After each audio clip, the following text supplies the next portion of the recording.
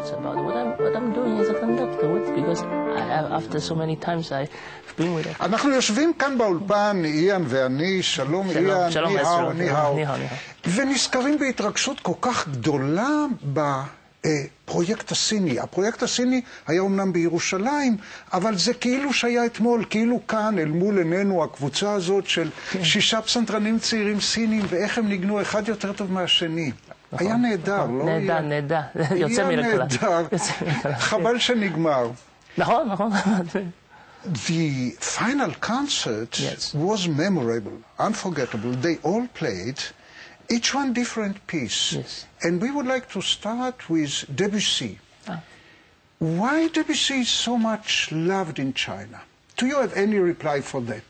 Oh, I certainly have. I think because the Impressionism has something to do with the kind of painting of Chinese painting called the watercolor painting, which you see the Impressionism painting and comparing to the watercolor painting, there are some similarities. And I believe Debussy was feel like some kind of something in common. It is so interesting. On one hand, Debussy is influenced by Chinese culture and painting, and on the other hand, Chinese painting is influenced by Impressionism? No. But Chinese piano playing? Oh, I hope so. I hope they're influenced. Yes, that's right. I felt such a strong affinity, you know. You teach a young Chinese Debussy, and you have nothing to tell him, just he is at home. I'm glad to hear, but certainly, yeah, because there's some kind of cultural profoundness in China with those paintings, and something similarities, what I mentioned before. Yes. And I think that you people, and also young people, you hate bombastic and pompous and pretentious. You like the intimate, and delicate. Yes, absolutely. Soft colors. No. Self-indulgent? No, this is too much. Self-indulgent. Yeah. Which is you living your own world and just... living your own world. Exactly. Yes. Jardin sous la pluie. Oh, yes. This is a Chinese topic, isn't it? Could be, yes, with the raindrops and storm, and yes, just a description from your own perspective. That's, yeah.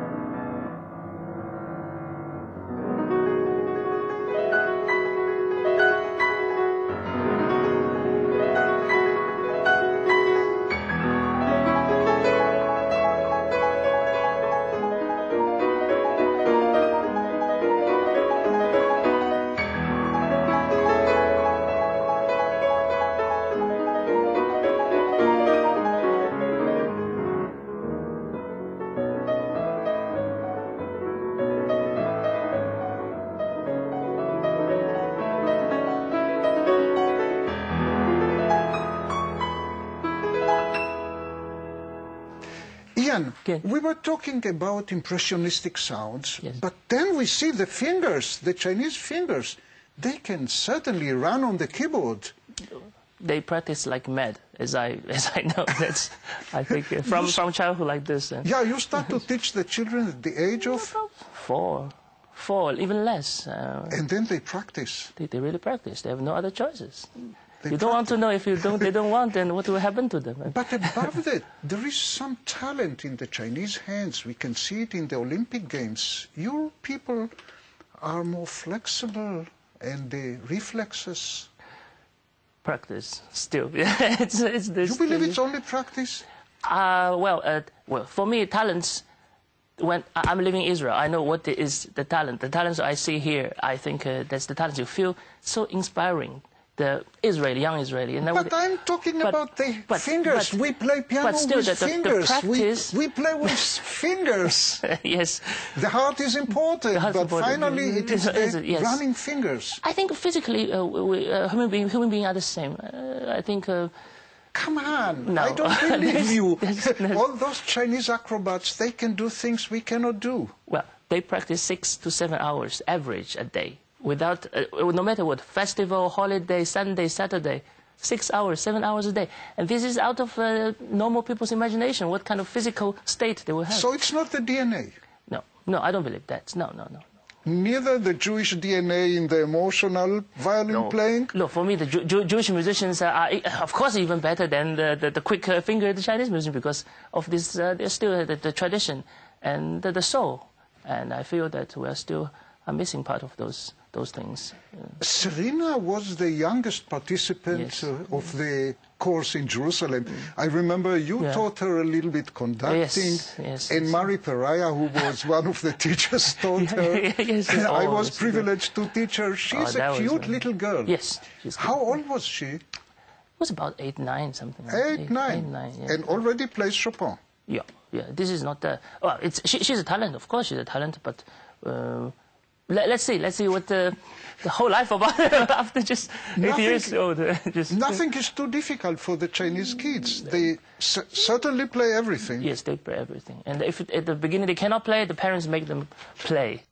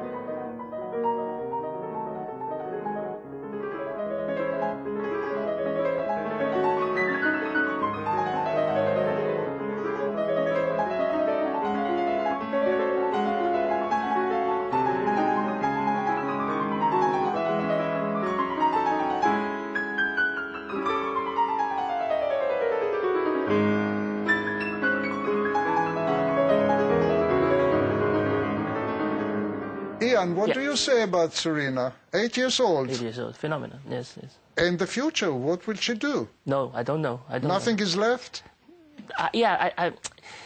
I think music, in a way, I don't want her to feel that it's just about play all the notes. Let's hope that we'll be more philosophical, and yes. And of course, there is another question, and we shall try to discuss it later, why most of Chinese kids reach the top, the climax, the peak, at the teenage, and later on there is some... Yes. People take this as an Olympic sport, many parents. They want them to win, and then with the thing they win, they can live on that for their whole life. But I think all the Westerners, because this is their culture for the Westerners, so they take it as a whole life thing to do. That's why you finish early. But there is here now a kid even younger than Serena. Let's watch it. Yes. Let's watch what he can do. Yes.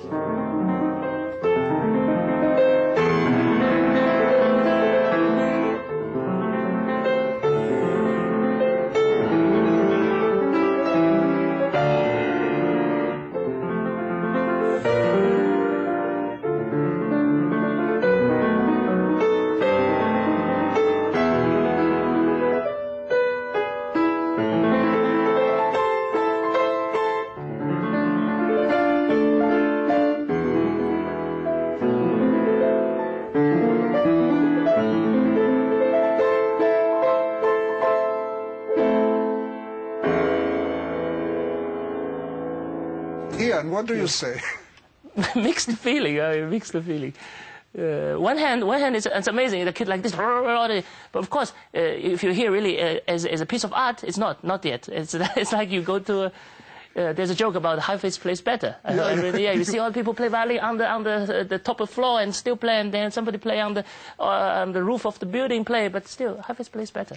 But he has fun. He plays from the inside. It is fun, but let's say music is a love of life. I don't know how much the fun will keep if the education is not right or the love to music is not correct. Anything can happen. Yeah. The love for piano in China is quite short. How many years? 100 years? Or this, yeah, something like that. Something like this. Yeah, something like that. Yes. And before that, you played your traditional instruments. Yeah, yes. One of them is the erhu. Yes.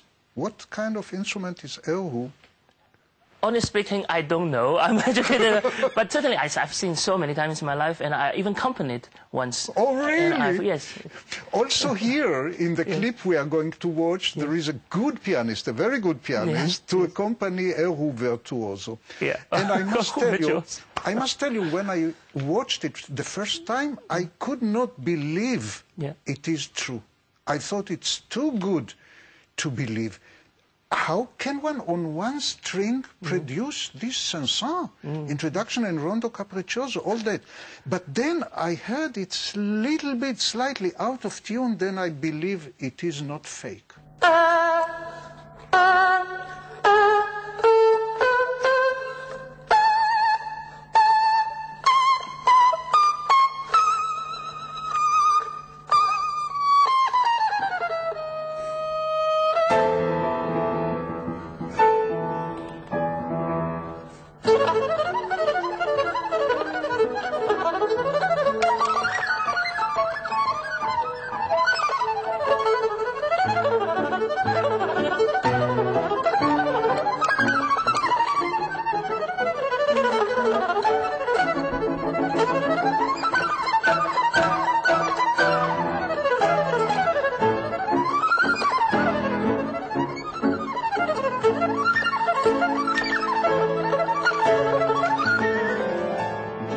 Unbelievable mixture. On one hand, Western music, on the other hand, traditional Chinese instrument. Yes.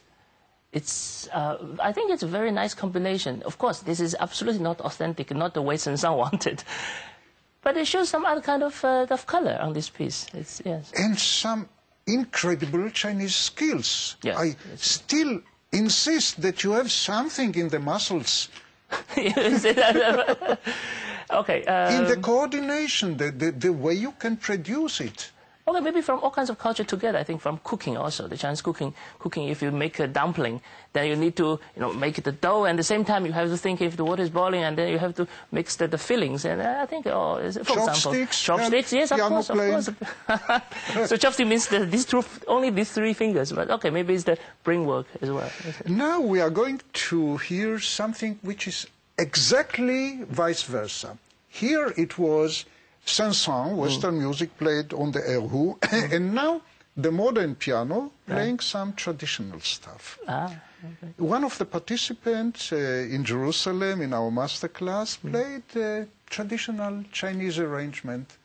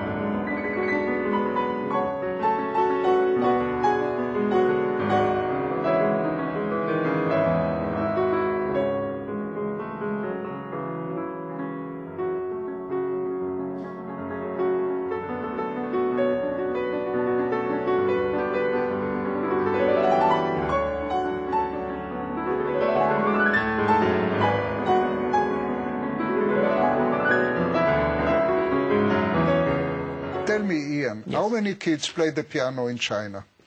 Well, the population is 1,000,003.3, and I think about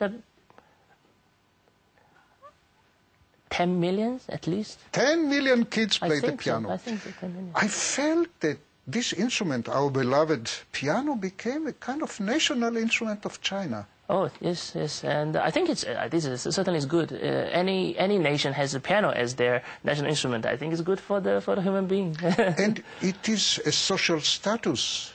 Yes. People take it as people play China as if people play the piano. It seems like you are cultured and you are wealthy because you can afford the piano and afford the invited teacher and afford the time to invest on the kids, and the kids become more artistically cultivated. And the parents are educated by the kid who play the piano. Yes, they also influenced. And they also get involved. Yes. I played many concerts in China, and I was amazed to see the younger generation of concert goers and to see many young parents with kids. Yeah. And I could imagine that these kids play the piano, and the parents just... Yeah, the parents will hope that the kid who is watching will be one day on the stage, and okay, but the kids will have certainly some torture waiting for them. But okay, in the end, it's good for life. And it is amazing how they don't believe in a babysitter. They just bring the children to the concert. Yes. They're very competitive in a way, but artistically, which is why not? In China, no need for young people concert. Just everybody is young. Coming. It's a fashion. I'm glad it's a fashion. Yeah. And the concert auditoriums? Wow, they build like, I don't know, the speed they build building, first of all, is already very quick. So for them to build But the high quality of the concert auditorium. It looks good. We don't know. It's fantastic. It is amazing. You mean the acoustic? Everything. I think nowadays you have in China airports and concert auditoriums. אתה מכיר יותר טוב ממני, אני גם פה, אני ישראלית. כן, אתה ישראלי ואני סיני. אתה שם, אתה יכול להגיד לי, אני מקשיב. יכול להיות שאני באמת מכיר את האולמות בסין יותר טוב ממך, כי ניגנתי שמה. ניגנתי בכל עיר שיש בה יותר מ10 מיליון. ויש אולמות כאלה טובים. הם לא עושים אקספרימנטים. But what about maintenance? Good? You know, no need for maintenance. They're all brand new. Yes, of course. Tell me another thing.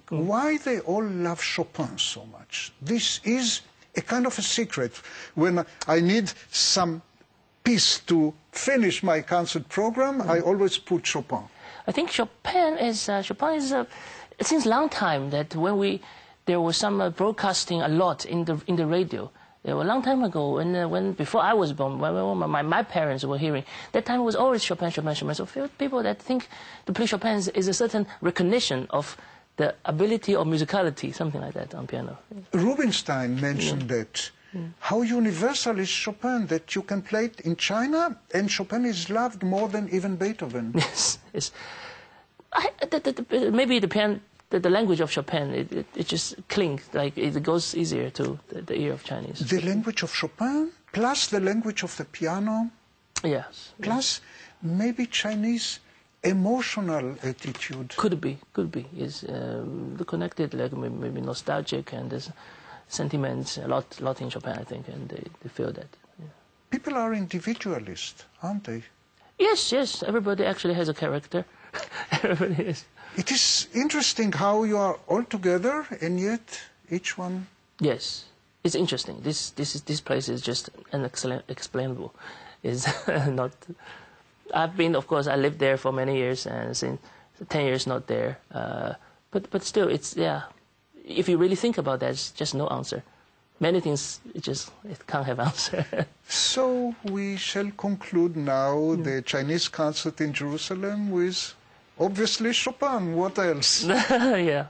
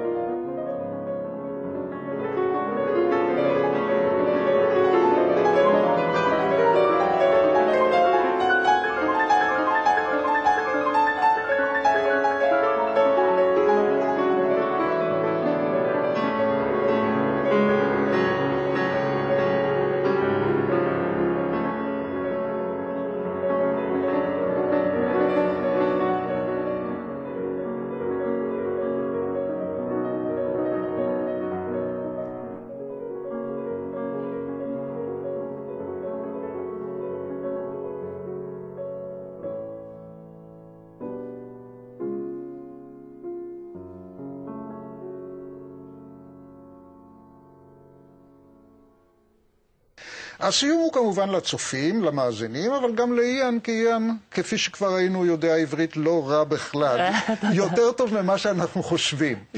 ורציתי פה לספר, אפרופו סין ושופן, שבתחרות שופן של שנת 2000, אני חושב זה היה, בפרס המיוחד על הביצוע הטוב ביותר של פולונז, שזאת היא המוזיקה הכי לאומית פולנית שיכולה להיות. מי זכה אם לא שני סינים? שני סינים, יונדי לי וסאצ'ן, התחלקו בפרס הראשון על הביצוע הטוב ביותר של שופן בוורשה.